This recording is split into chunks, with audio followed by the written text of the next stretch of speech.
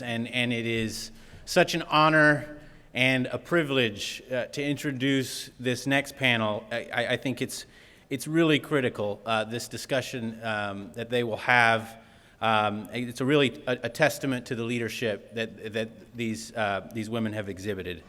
The title of the panel is Leading with Principle, and I'll welcome them to the stage. They can make their way on. Speaking up for the truth.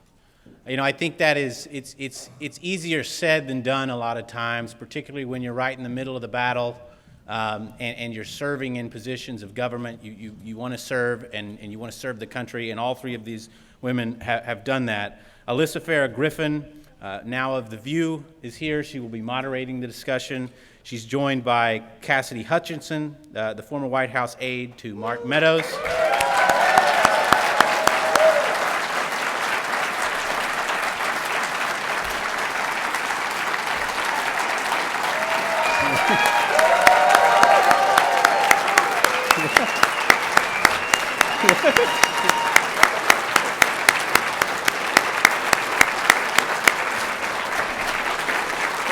And Sarah Matthews, the former White House Deputy Press Secretary. Please give all of these women a round of applause for their courage.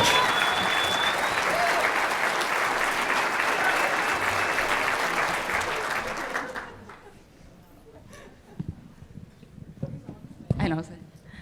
Thank you guys so much. I honestly get teared up when I see these two because I have so much respect for them, love for them, and just absolute admiration for their bravery and their courage. And I would just remind you all that when the two of them spoke out against the most powerful man on the planet, they were in their 20s. They were younger staffers with big jobs, big titles that they earned and that they did well, but they came forward to do the right thing when so many people, 3 times their age, saw the same thing and didn't say a damn thing about it. So these are two incredibly brave women, and I'm honored to be with you today.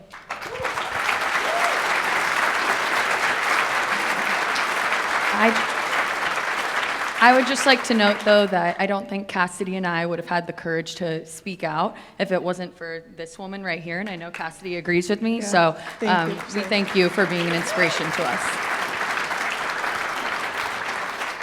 Well, let's get right into it. I want to start just a little bit on what got them to where they were in the process of speaking out, but I really want to reserve a good amount of time to talk about what a second Trump term could, God forbid, look like, because all of us have unique insight into that, and I think it's something that in this moment isn't getting enough attention. So to both of you, if you could just share what ultimately made you want to speak out and what that process looked like for you and the days and weeks and months afterward that follows after you do something like that. You want to start, Sarah? No, you got it. Go for it. Well, my path wasn't exactly linear. I worked in the White House for the Chief of Staff until January 20th. I did plan to move to Mar-a-Lago with Mr. Trump after the end of the administration, even after January 6th. I look back on that now and I have a very different perspective, but at the time when I was still entrenched in that world, I felt that he needed good people around him, and I had been blinded to the fact that he was surrounded by enablers, but he is also the perpetrator. And I think that speaks to a lot of what we have seen as a continuing problem with Donald Trump, is how he's been able to artificially seduce people into believing his lies. And so, that being said, I spent about 1.5 years, kind of trying to toe both worlds. I didn't want to really be involved in Trump world at all anymore. I had been very outspoken after January 6th that we were at fault for what happened. But I had financial constraints, and I had an attorney that, was helping me through the first few depositions. It wasn't until a few pages of my transcripts were published that I had this, for lack of a better term, I kind of had a mental breakdown, because I was reading these pages and I knew the public servant that I had wanted to become when I entered public service. But I saw how far I had strayed from that person. I saw how I was avoiding telling the truth, and I hadn't been as forthcoming as I had wanted to be. So I called a member of Congress, I refer to him as Sam, and he is a current sitting member of Congress, Republican, did not serve on the January 6th committee. And that night, he asked me to go look in the mirror. And I was kind of annoyed at him that night, because I was crying, and I was like, I don't want to go look at myself. I look probably not great right now. And don't look at your appearance. I want you to go look at yourself. And it was this really profound and impactful moment for me, because the next thing he asked me was, could you look at yourself for the rest of your life, knowing that you are not honoring the person that you want to be? Can you live with that person for the rest of your life? And I knew then that I couldn't. There were a few other people, including Alyssa, who helped usher me back to the right side of history, but I was really scared. And it wasn't until really I discovered this book called The Last of the President's Men by Bob Woodward, featuring Alex Butterfield. And Alex Butterfield worked for Nixon's chief of staff, H.R. Haldeman, and ended up revealing information to the Watergate Committee, but he didn't want to come forward. He still felt loyal to Richard Nixon, but the difference between myself and Alex Butterfield was that the moment that he was asked to come forward, he did. He honored his oath, and he honored his oath as a public servant, as a former member of the military, and as an American. So I saw who I had wanted to be in Alex, and that really gave me the drive and the push to move forward in this so-called journey, alongside a lot of other incredible, primarily women, but also my amazing team of attorneys who came in early June.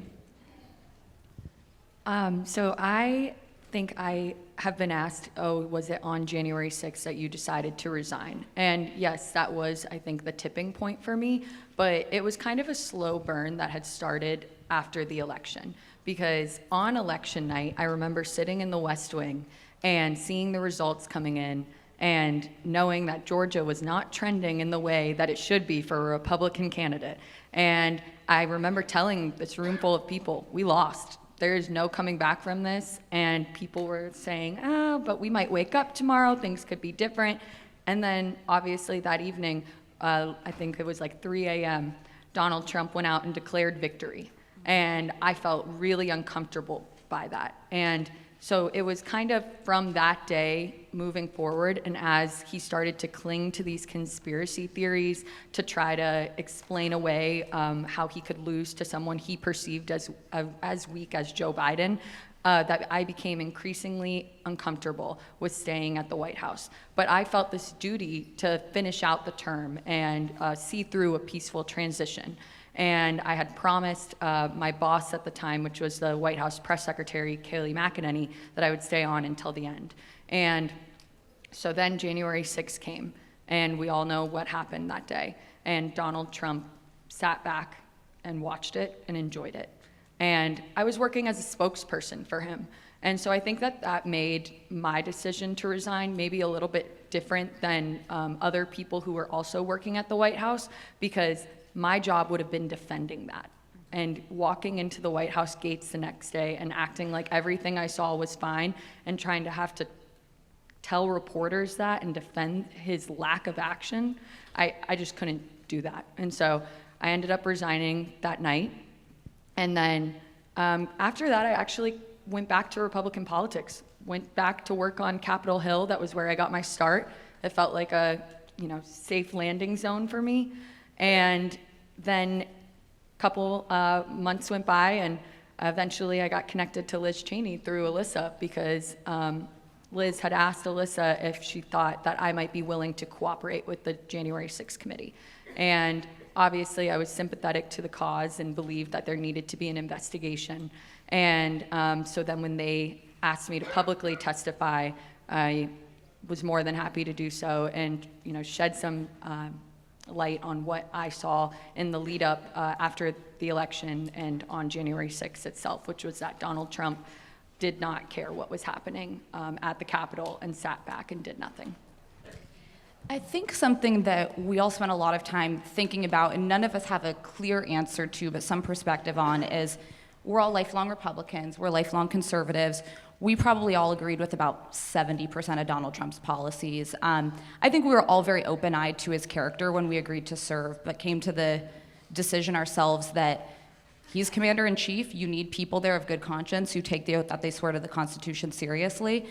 But I think what we're both struck by to this day is why so few other people haven't come forward, who saw what we saw, who heard what we heard, and why that wasn't a motivating enough factor. I mean, my working theory, because I look back at my time in the White House, is part of it is you're going a million miles a minute, but another part is you do start to exist in an echo chamber of people who are telling you, this is all right, that we're going to get through this. You're watching a media environment, the right wing, the Fox News, that's kind of validating what you're doing, what you're hearing, and what you're saying, and you can almost start to lose yourself in it. And I think that speaks a lot to what we're seeing from a lot of elected Republicans in Congress, who all of us know better. Like, I know that Tim Scott knows better, and it's hard to even wrap your head around the mental gymnastics it takes to be where he is, or someone like Elise Stefanik, who we were both very close with. But I think that is part of it, is people deciding to isolate in these environments. My question I want to ask you guys is, what's your perspective on why, because Liz Cheney came forward and thought more people were going to follow, and it was like the three of us and no one else. Why do you think more people haven't come forward? I think that, sadly, people are more concerned with their own positions of power than they are with doing what's right for the country.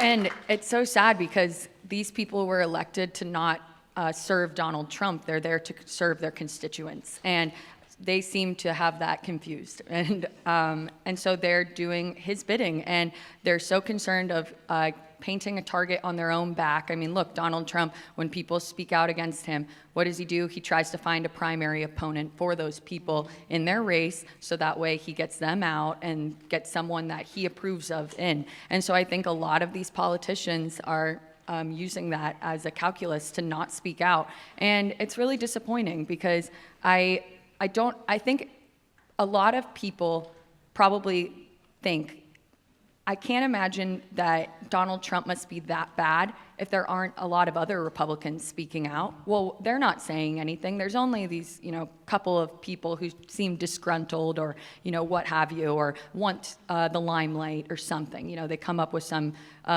excuse to kind of explain away people like us coming forward. But I think that people would believe the threat of Donald Trump if there were more willing people, these elected officials, to come out and say what I know that they say privately, say publicly.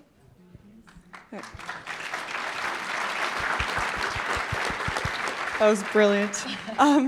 And you took the words out of my mouth. I do want to touch on one thing Alyssa said earlier about the singular worldview, or something to that effect. When we existed in that environment, at least in my experience, it can be an extremely isolating place to be, because on one side, you do have the Fox News telling you what they believe is true, which they have received lawsuits for something. No, that's not necessarily the case, not the truth. But aside from that, the isolation is such a powerful tool that Donald Trump, if he's done anything successfully in his life, he has successfully weaponized isolation and joined that with his message to make it the only message that matters. If you disagree with him, we are beyond tribal politics at this point. If you disagree with anything he says, it doesn't matter if you're a Democrat or a Republican, you are automatically the enemy to him, and he will go after you, and he will go after you fiercely. Sometimes I do struggle to chastise some people that don't come forward, even though it is the right thing to do. But I know in our situations, we have all been subjected to horrible attacks and threats on our life.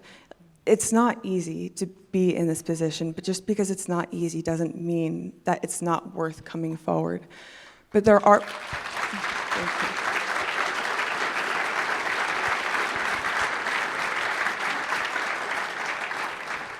And I think in this next election cycle, we're not going to solve this problem in this election cycle in totality. There's a lot of work that needs to be done to help bring people back to reality, to bring people back to not believing these conspiracy theories and the propagation of lies that Donald Trump has done.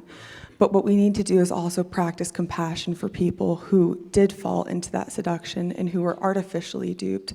And we need to help educate those people. We don't shame people out of their belief system.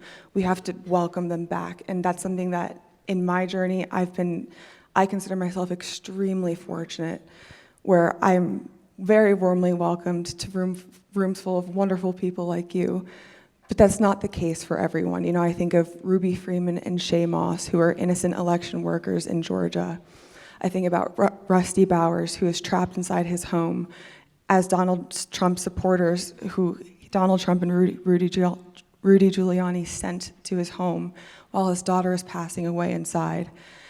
This is a problem that has persisted, and we're at a level of political violence that we have not seen in modern times. So we need to retract from that. We need to restore some normalcy, but we start in this next election. We start by doing everything we possibly can to make sure that Donald Trump never gets near the Oval Office again, and to make sure that every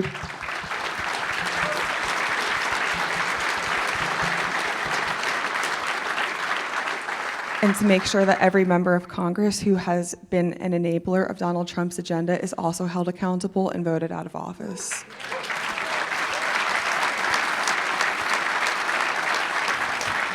Very well said. And just to underscore something, because you allude to something very important, I always try to catch myself and make sure I'm not being hyperbolic in how I talk about Donald Trump. I don't want to fall into the trap of this Trump derangement syndrome.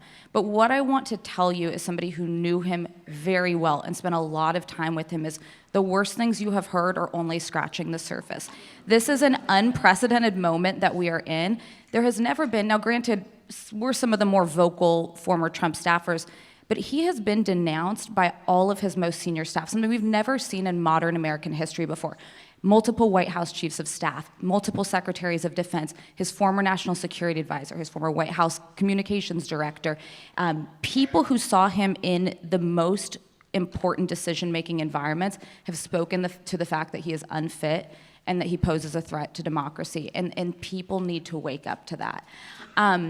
Something I think we're all very passionate and energized about going into this election season, knowing we're 8 months out from he could be president again, is what a second term would look like. And I think foundationally, and Liz Cheney's made this point before, is we're not even out of the woods if he leaves. Let's just be clear. The idea that his supporters are going to take it lying down and that it's not going to be another contested election, an election where you have a Speaker of the House potentially who is not going to certify election results depending on the makeup of the Congress. But if he does win, what that could look like. And I hope you both could speak to just some of what you think would happen in a second term based on what we know from what he said. So I like to touch on what he has said very vocally about Schedule F appointments, which is something that was actually discussed at the end of his first term too. And I focus a lot on Schedule F because I think it's something that, I think sometimes, at least in my view, we get stuck in the Beltway talk. And, the average American person may not know what a Schedule F government employee is. But essentially what Donald Trump wants to do is take Schedule F employees who are career civil servants and be able to fire them and replace them with Trump loyalists. We have seen that Donald Trump and his supporters and his enablers and different groups have already started compiling databases of people who are sufficiently loyal to fill those spots for him. In a second Trump term, there's not going to be people who are willing to stick up for the truth.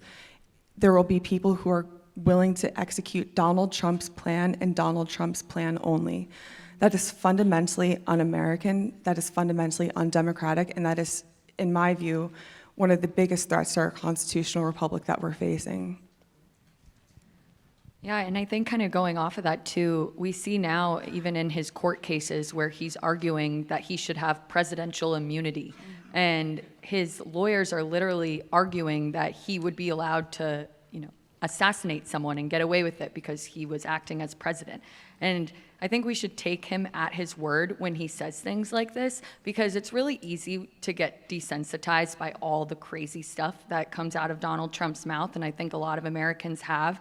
And I think we are able to kind of tune it out because he just continues to say these kinds of crazy things. But when he's talking about wanting to, kind of weaponize the government and put in loyalists to carry out his agenda, and he even has called for doing away with parts of the Constitution. I mean, this is someone who... Look at January 6th. Yeah, true.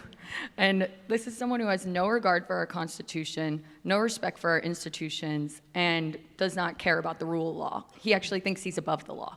And so that is really, really scary to think of a second Trump term, because this is something that I've tried to make the case for to people who I know who still support Donald Trump or are considering voting for Donald Trump, is the Donald Trump that you met who came onto the political scene in 2016 and the Donald Trump of 2024 are wholly different people. I mean, in 2016, he kind of ran on this optimistic message of make America great again. What is the campaign message now in 2024? All about retribution. And it's all about himself. It's not about you and improving your everyday life and making policy changes in that way. It's literally about him wanting to consolidate power in the government, to weaponize that power to enact revenge on his political enemies. And just building off of that, he is a man that prioritizes authoritarian rule over our rule of law. And we cannot let somebody like that near the nuclear codes. We cannot let somebody like that occupy the Oval Office. And we cannot let somebody like that get reelected to the White House. I know that if one day, hopefully I'm fortunate enough to have children of my own, but I don't want to have to explain to my children that we all were bystanders as the greatest democracy in the history of the world is crumbling, and we're just watching it happen before our eyes. So I think, when Donald Trump says that, and he acts like he jokes, but he also says that he would be a dictator only on day one. You're not a dictator for one day. If Donald Trump is reelected, that is the greatest step towards fascism that we have taken in this country, and I don't know if we would be able to return from that. And there are two things. I think we have to look at both the domestic political front and the international political front when it comes to Donald Trump.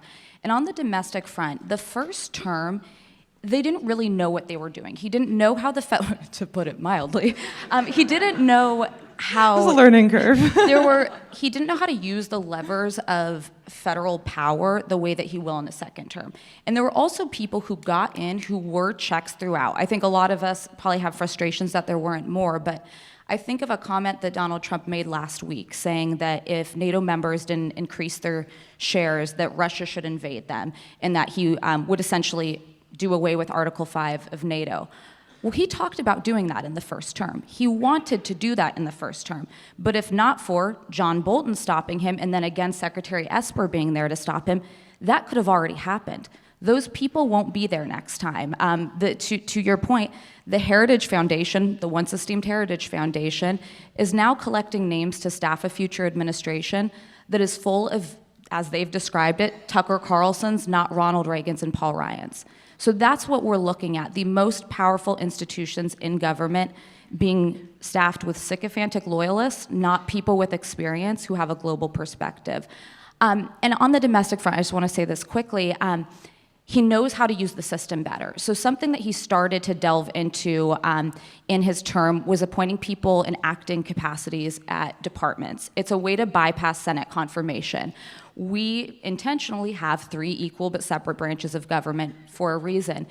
He, going into a second term, would intentionally put people in acting capacities to bypass going through confirmation, and they could be there for 180 days without any sort of Senate approval. And what you can do in that amount of time is actually quite stunning and scary. So be thinking about who are the voices he's amplifying, who are the people he's surrounding himself with. Those are the kind of people he's going to bring into government. And it's really a scary moment.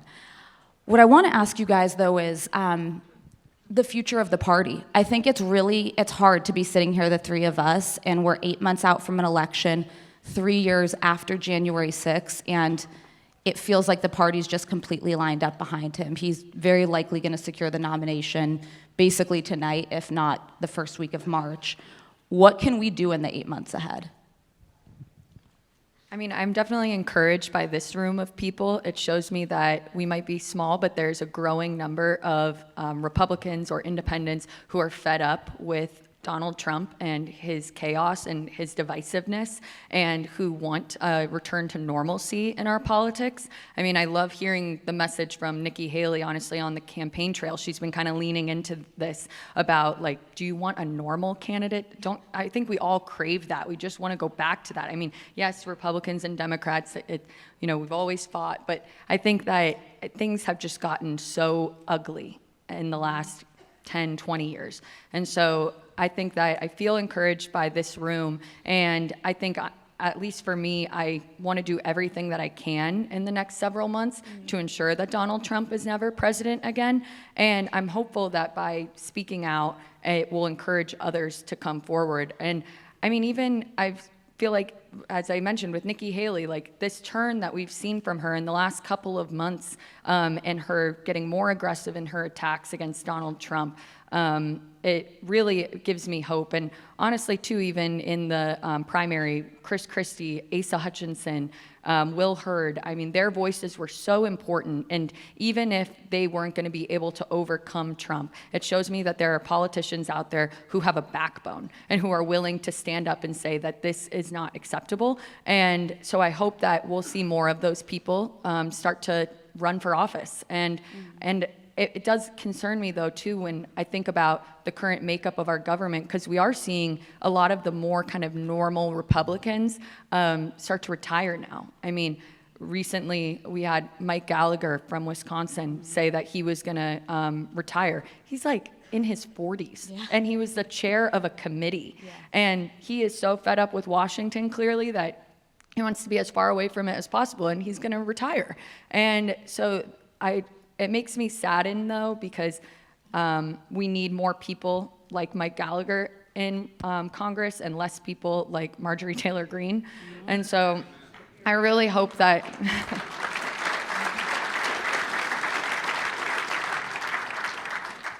it sounds so cheesy, but like, be the change you wish to see in the world. And so I really hope that more people will be fed up and will seek to run for office. And I hope that more Republicans will speak out against Donald Trump as we get closer to the election. And just to build on that, Sarah, you're on fire today. But just to briefly build on that, as I've been traveling around the country these past few months, I've been very encouraged by the amount of young people who see the threat that Donald Trump faces. But we need to do more. We need to do more to mobilize voters. We need to do more to educate voters. The reality of this next election is it's going to come down to a handful of states, similarly to how it happened in 2020. We need to focus on those states to make sure that those constituents are adequately educated on who they are voting for. And if the ticket is a binary choice between Donald Trump and Joe Biden, people need to understand at a very basic and very fundamental level that there's that there would be one candidate on that ballot that will support our democracy and that will continue to support our policies so we can continue to thrive, and that's not Donald Trump.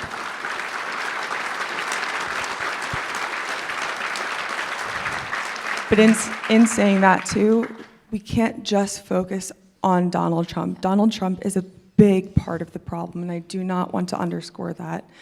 But we also need to focus on Congress, because Donald Trump would need Congress, or Joe Biden in a potential second term would need to rely on Congress. As of right now, the swath of Republicans who are running for re-election or running for office are not honorable people. They're very unserious politicians. If that means that we need to vote all of them out and rebuild the party from the ground up, that's what we have to do. This is a moment that is so much bigger than partisan politics. This is about the future of our country, and we can't, there could be no stone left unturned after this November. That's a very important point. Donald Trump is the biggest part of the problem, but we need to look beyond that. The Congress matters, and I appreciate that Liz Cheney in adhering to the principal's first motto, she said, you know, I want good Republicans to win, but I want bad Republicans out. And frankly, this House Republican conference is dangerous. They're enabling of Donald Trump. There's a handful of good ones. I want to shout out Brian Fitzpatrick, who it sounds like is going to do a discharge petition to get aid to Ukraine.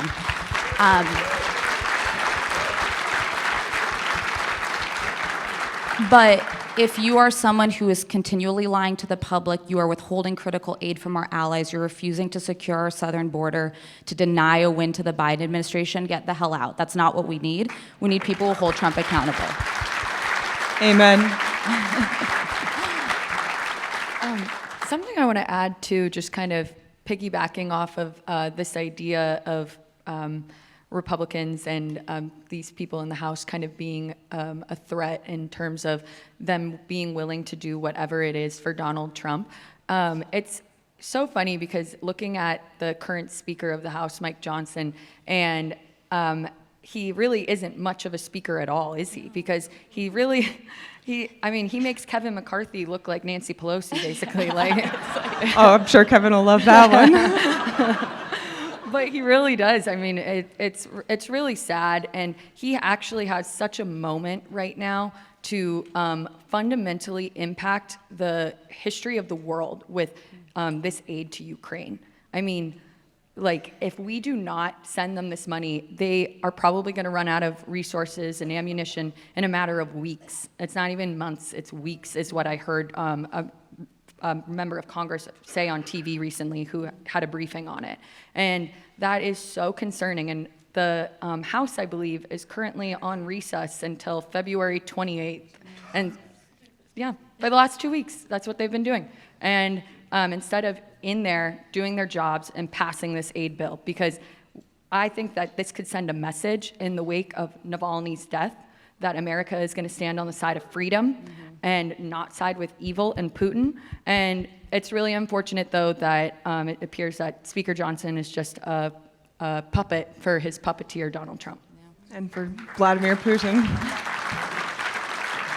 It's also a stark contrast, I think, when we look at CPAC this weekend. I've heard at least reported that they are not sold nearly the amount of tickets that they have in previous years. Wonder why. Say that to a room full of lovely people here. But it also speaks to where the party is at. You know, there are people there who are apologizing for Putin, who, like Sarah is saying, are not sticking up for Ukraine. And that it is it is beyond my comprehension why this has become such a polarized issue. It's pretty straightforward at the end of the day, which is unfortunate. But this is American freedom. And, what's made America so special and unique since our founding is the fact that we've been able to either correct our wrongs and to look towards our better angels and set a better example for the world stage. And in America, we're very fortunate where we haven't had a direct threat to our country like we are facing right now. But this is how it starts to happen. We look at countries like Venezuela, where the regimes just completely topple. And it's because people weren't paying attention. They weren't paying attention to the very fundamental values of democracy and what we stand for in our republic. So I think that when we look at this next election, like what Sarah was saying, we need to think about the example that we're setting on the world stage too. And I do want to note, whether you love or dislike Nikki Haley, she's proving something really important in this historic moment, which is that about a third of Republicans cannot be with Donald Trump. They are pleading for someone else. And so all of us in this room do have a degree of power as a minority in being able to try to stop him from winning the presidency. But to Cassidy's point, and this is why we all have to stay vigilant, is 7 swing states and 500,000 voters are ultimately going to determine this election. Donald Trump will lose by the largest margin, the popular vote, probably in modern history. There are more Americans who do not want Donald Trump than there are that want him. But that does not mean that he won't be in the Oval Office again. So we have to use our voices and we have to speak out. And I think just finally, and then I want to give you both a closing word here, is if the moment of coming to Ukraine's aid against Russia is not a sobering one for Republicans in Congress to step away from Donald Trump just this once and vote, if someone like Lindsey Graham, a hawk who is John McCain's best friend, cannot buck up and do it in this moment, then we know where they are. They're too far gone to salvage. And we constantly quote among each other Liz Cheney saying, there's going to be a day when Donald Trump is gone, but their dishonor will remain. And the world is watching. Our children are watching. We need to get this through.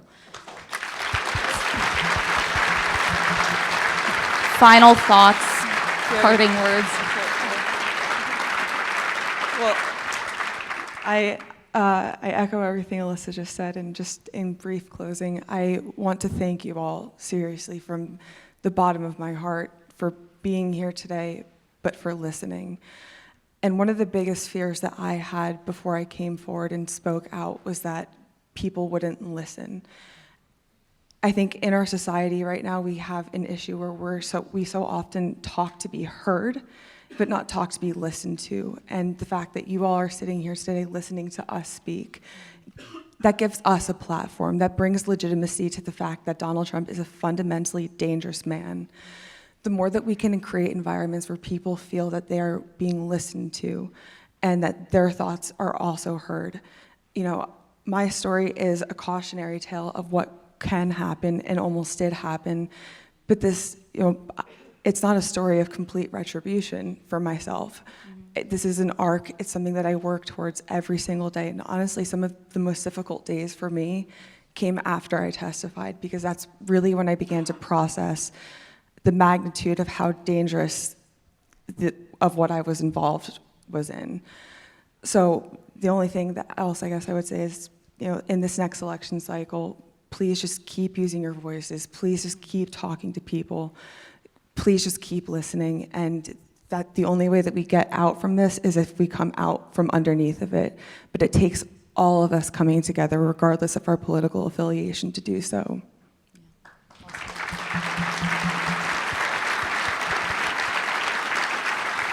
Really tough to follow that, but I'll do my best. I think everything Cassidy said is absolutely correct. Speaking out against our former boss, who happens to just be formerly the most powerful man in the world, and president of the United States, it can be really scary and isolating. And so being in a room full of people like you all makes it kind of worth it, because I think all of us have sacrificed a lot in different ways to speak out because we thought it was morally the correct thing to do. And I think that this gives me hope that maybe that there can be a change, and we can move past Trump and the MAGA brand and chart a new course for our future. And just one more, sorry. I would like to also thank Alyssa, Farah, for Griffin, for one, for being here, but two, she really was the first person to take that step in early December and resign. She set the example. I have goosebumps right now because she set the example for people like Sarah and I. I want to thank Liz Cheney. I want to thank Adam Kinzinger. I want to thank Nancy Pelosi for being steadfast in creating the January 6th committee.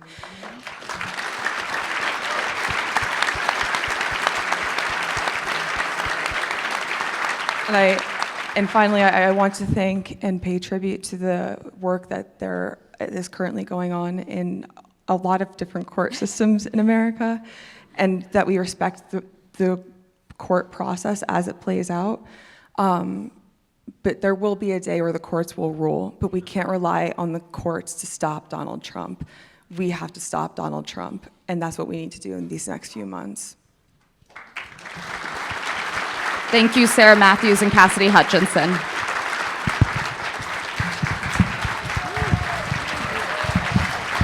Like, do you have to be? Yes.